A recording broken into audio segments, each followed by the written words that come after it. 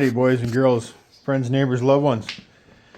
In the shop today, we got the Deluxe 28 super high output.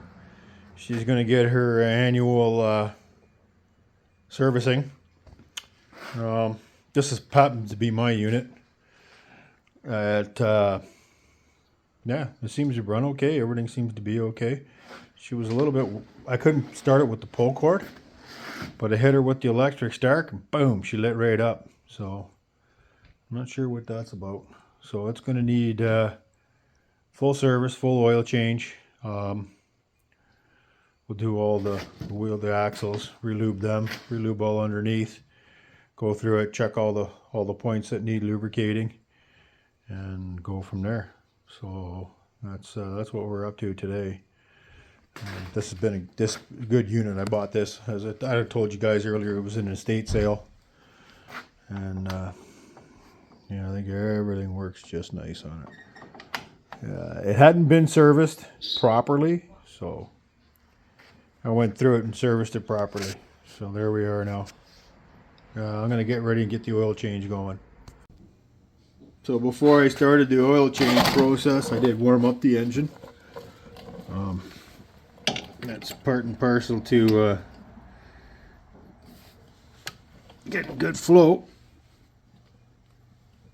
Got my Saskatchewan socket set there, so I can do this one hand for you guys, because everybody wants to see oil pour out of a motor. I know I can read it in the comments saying, Jim, we got to see more oil coming out. We got to make sure you're actually doing what you're saying. So, because, you know, when you like and subscribe and make comments, the world's a better place. So that's what we're doing now. And I know there's guys going, oh man, ever painful watching you turn that thing. Painful it is, boys. You gotta learn to love it. Would you look at that? It's coming off. So here comes the oil right about now. Oh,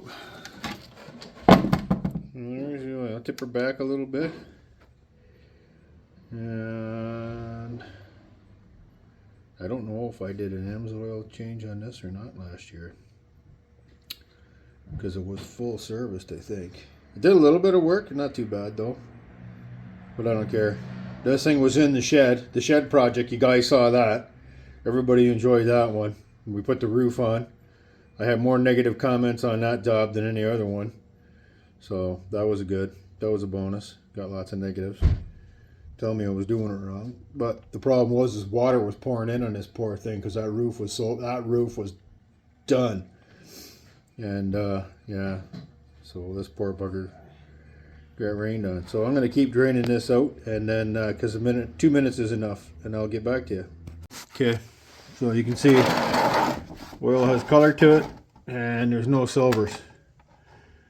There's a mild, you're never going to get it at 100% without a tiny bit of silvering in it, because you got to remember there's no oil filter on this unit. So it smells a little bit like gasoline too, so that's good that we got that out. It's not too runny, so that's about the condition that you'd want to see come out of your machine. And okay, that's it for the dumping the oil. Okay, so 90% of your work that you're going to do on your machine is going to be done in the service mode, service position, whatever you want to call it. And that's what we got here now. We got her in the service position. These are 3/8. Yeah, these are 3/8. So when we get to the belly of the beast, you're going to see all the guts in there. So stand by.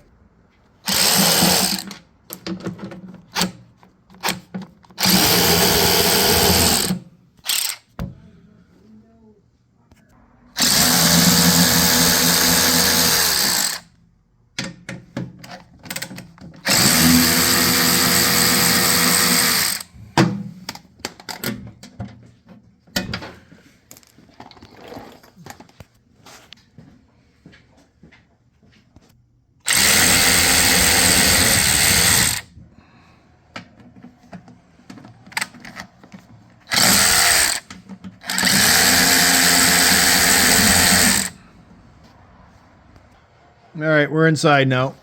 Take a look. Friction wheel, we're going to go through the whole thing. Looking at it carefully. And I see nothing wrong with it. It still has its crown, which is a good thing. The hex shaft is still good and juicy looking. That's a good thing. The chain is juicy looking. That's a good thing. The sprocket has lots of grease on it. That's a good thing. Friction plate is good looking. We'll check the belt, but both belts, there's two belts on these, eh? To do the same job.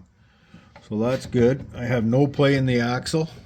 And look, my wheels come off. So we're gonna put, that's what happens when you keep things lubed up. The wheels are not seized on here. So that's a bonus. See, there's the keyway for the wheel. And everything is together. There's the spacer. So I'll pull this off, and well, you know what we'll do? We'll do a lube job on it before we do that. I'll show you how you guys do the lube job. Stand by. So, oh, wait a minute, I almost forgot. For a spray, I'm going to put this rag over top of the friction wheel so I can keep any of that chain lube off of there. That's kind of a good idea, I think.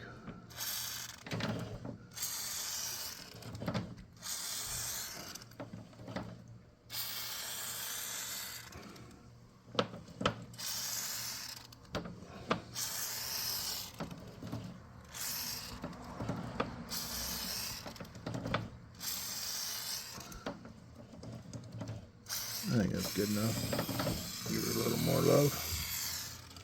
There. Beautiful. Thing of beauty. And we kept the friction plate clean. And that'll just drip off, so let's throw that there because that excess is going to drip. Okay. There you go. Lube change. So the product I was using, you can use anything you want. That's Motomaster chain lube. Canadian Tire, whatever you got down there, you could use. This thing is in really good shape. So the service held up for the limited amount of use because I bought this midwinter. And that chain just runs smooth. The chains have a tendency to bind up on these and then rust. So there you go. Alrighty, boys and girls, back at it again, day 2. I had to let this thing go for a bit. So, what do we got here? Here I am using the infamous Red and Ready, or famous.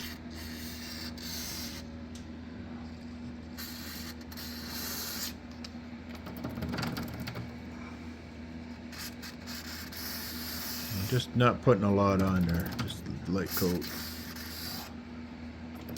Just a light coat will do it there for all the way around.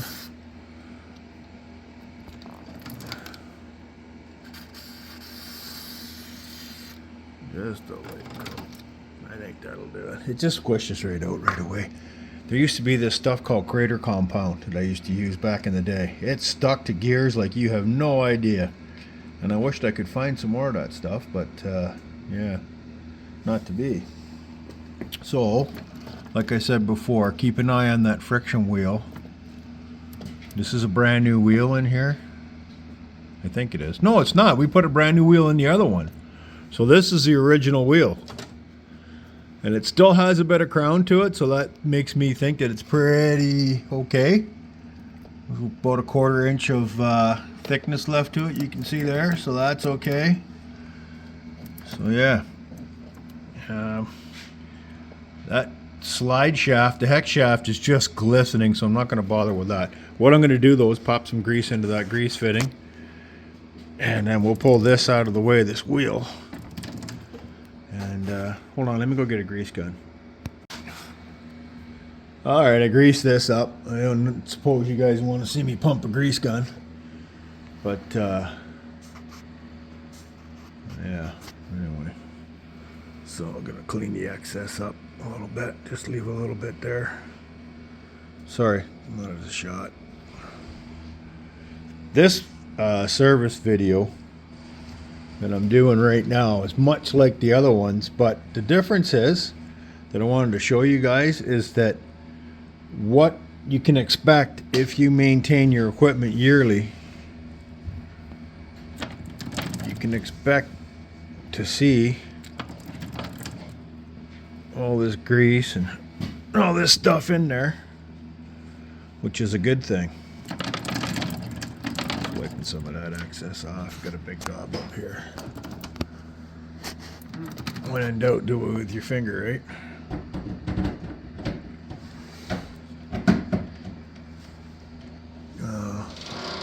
Not wearing any gloves, not because I'm not a fan of gloves, just because in this shop you can never find nothing when you need it. So gloves will be here today, gone tomorrow. I still haven't determined whether or not I'm going to try and drill out a set of those axle bushings to accept grease hubs. I have to determine whether or not I'm going to do that. I guess it's good and bad, because if it's good because wait a minute, I got to stir this up. Stand by.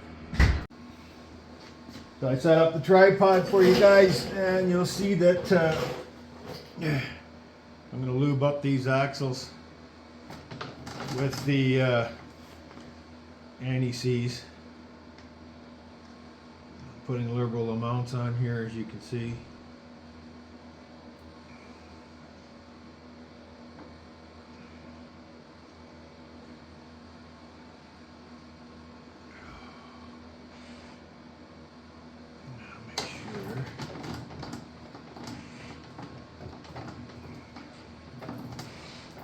Everything is okay.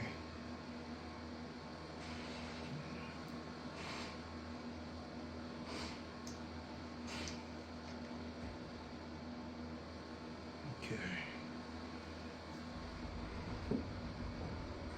I'll put this one back on. To hold the key, find the slot in the wheel. Where'd you go, slot in the wheel? Right there. There's a slot in the wheel, so that the wheel goes on nice.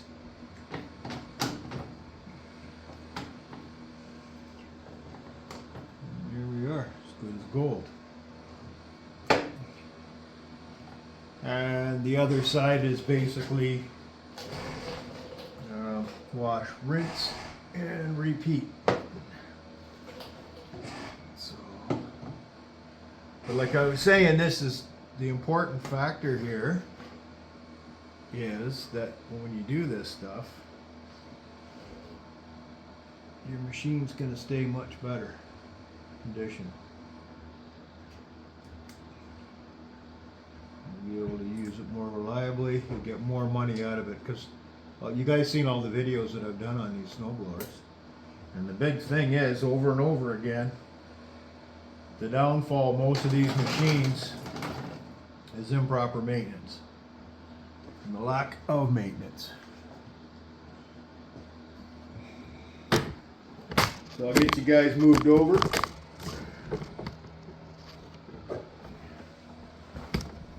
This is raw video as it happens. And then we'll be on this side, right here. Pull the wheel off, like that just glides right off, easy as can be. There you can see the shaft.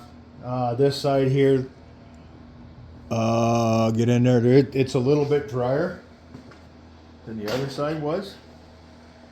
So today's flavor, I don't know if you can see that, LPS, all-purpose platinum grade anti-seize compound, and this prevents seizure rust up to 1800 degrees Fahrenheit. Meets mil spec MIL PRF-907E. So you know it's got to be good if the military likes it. Well, at least it meets their spec anyway. So again, just apply liberal amounts of the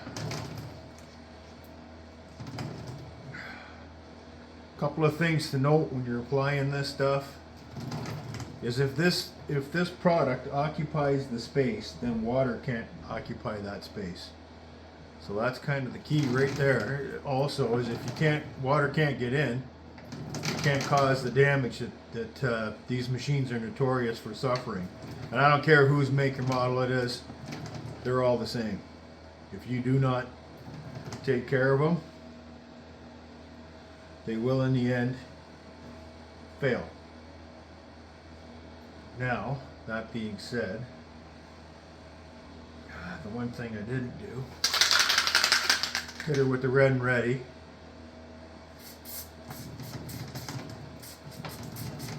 I'm just pumping this in lightly. It's really hard to get in there. Just kind of feathering the nozzle. I think I'll do it from the inside as well.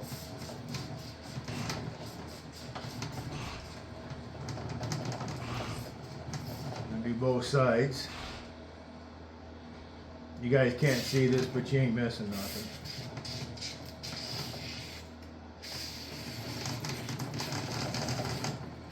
Same thing over and over again, right?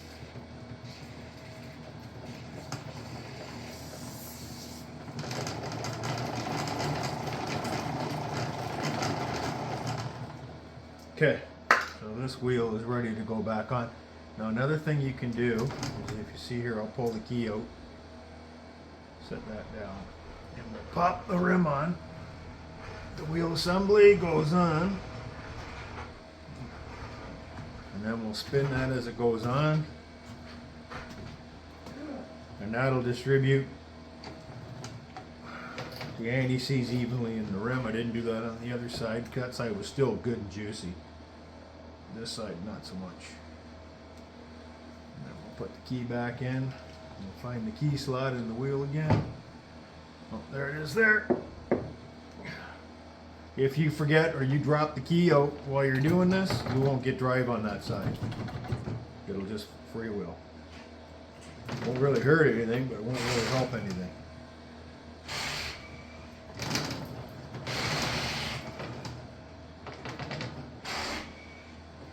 So there we go.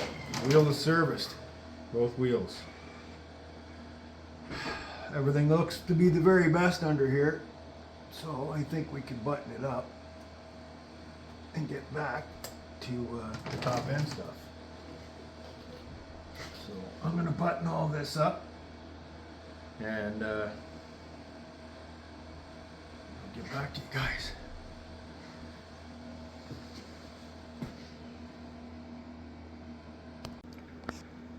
Some might say I'm anal, but you can see where I've greased all these points here with the red and ready.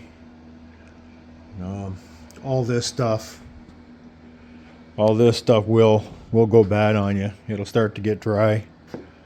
It'll start to get gummy, and then it just won't function. Especially your cable ends. Lube them up. It ain't gonna hurt. I don't normally lube down the cables. Maybe after this season I'll pull the cables out and dry graphite them, because what happens if you use a petroleum product in the very cold weather, it will get gummy and they'll stop. You can have problems with them functioning. So that's why I don't normally lubricate my my cables with anything petroleum. Graphite spray is good. You can see where I red and ready down there. Little shot here just to keep things from rusting. I mean, the grease is also a lube as well as it is a rust preventative. So let's let some of that stuff work in there. That's all it takes. And you're good. You can see I left the drain plug off on the motor. I'm going to put that back on before I let her down. So that's the product that I used on that nipple. For sealant. Somebody in the comments mentioned that you shouldn't use anything with Teflon and for hydraulics, and I'm going to call them out right now and say that's complete BS. This is one of the best products that you can use in a hydraulic system. And what he's confusing things with is Teflon tape, which Teflon tape is a huge no-no because it will strand off and it will plug things up and it doesn't break down and it doesn't it doesn't, it never breaks down. So it'll be inside there, stuck in a valve somewhere, and it will cause problems. But products like Teflon pipe dope is not tape, and it's made out of granulated Teflon. That's kind of another bonus of leaving it up in the service position. Really easy to do this. So I did that, and that's ready to go.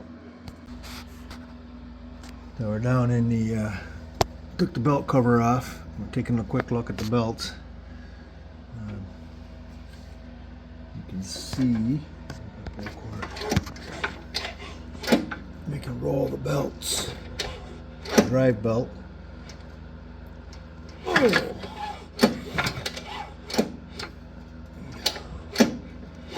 That looks fine. The auger belts, they're a little harder to do.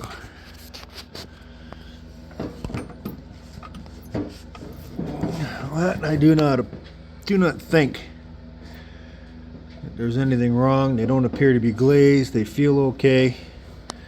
So we're going to call them okay. This measurement is right. It's not supposed to touch, and it does not. The drive belt got lots of tension on the spring for the traction drive. This one is adjustable, I believe. This one here. So sorry about the sideways video. Oh, it's so hard to get in on these machines. The gap looks good on the wire for the guard there, so the belts don't flip off. So all that looks decent. I don't see anything untowards, so I think we're okay. And that's with, obviously, with the belt cover off.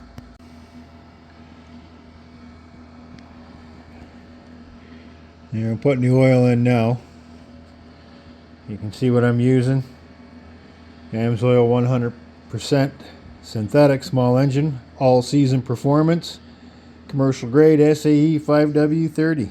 There's the back of the bottle specs there,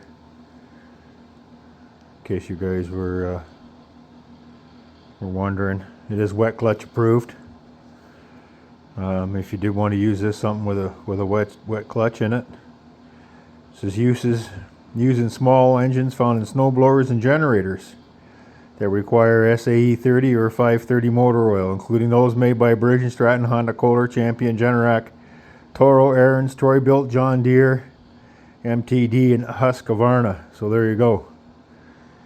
And it's nice that it's wet clutch, so you can use it in a motorcycle if you wanted to. 200-hour service life.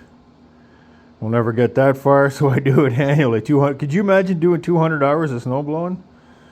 I guess if you were a commercial guy, that's why it says commercial grade, you're good to go with this product. Again, I'm not sponsored by AMSOIL, but I have been an AMSOIL user for the past 20 years, and I've never regretted it once.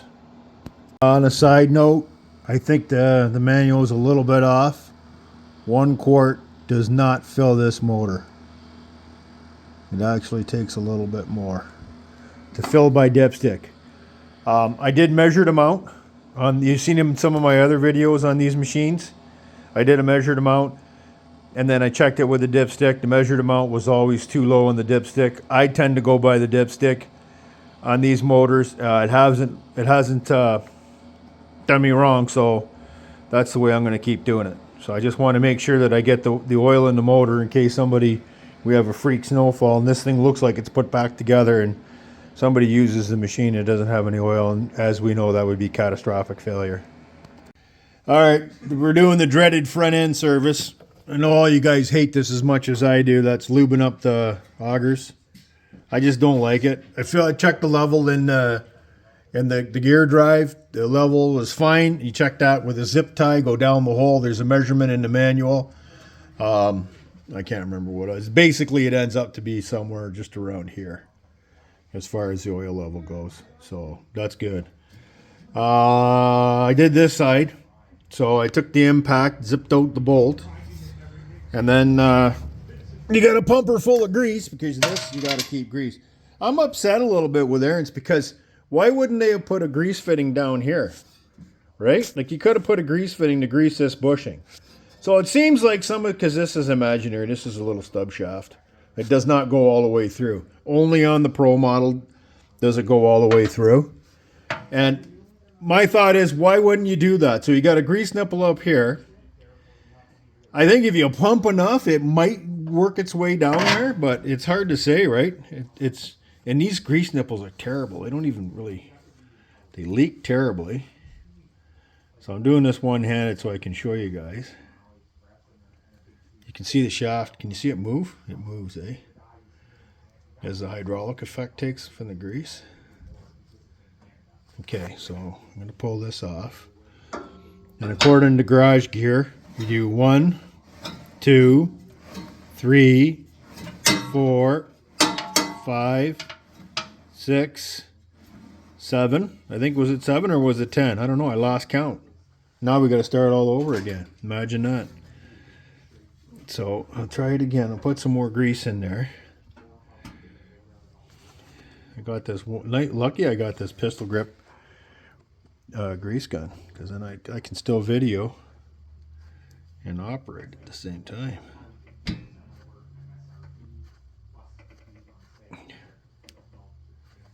Ooh, some weird stuff going on, kids. Some really weird stuff. So I'm hopefully the grease travels all the way down that tube, which I think it should. I don't know, I just got some different ideas on how to make stuff.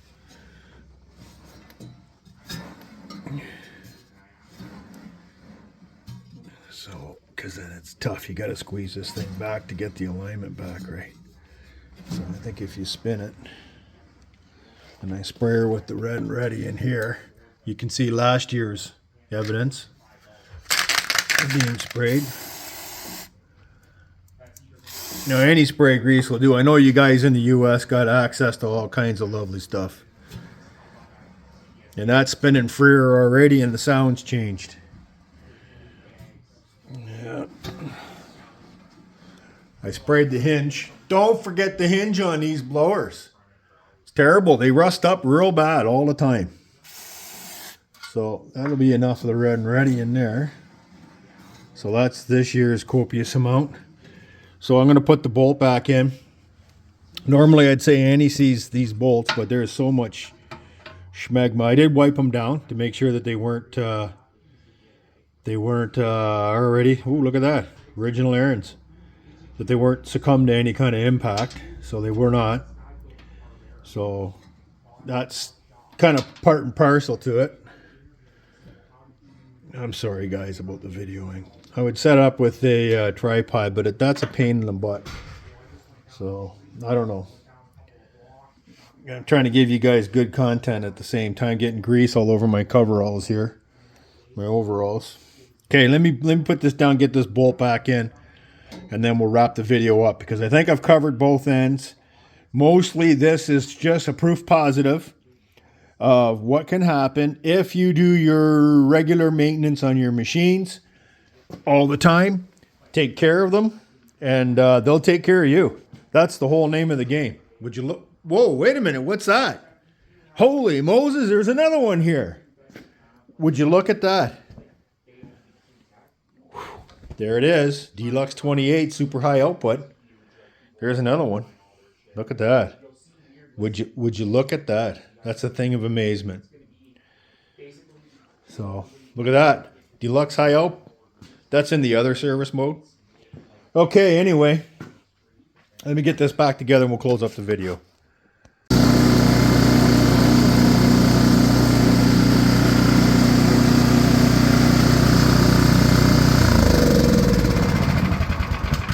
Well, there you go, boys and girls. Up, back and running again. One's good as new. Next week, hopefully, we'll be doing that. All right, that's it for today's video. Thanks for tuning in, and like, subscribe, ring the bell, check back often for more videos. See you soon.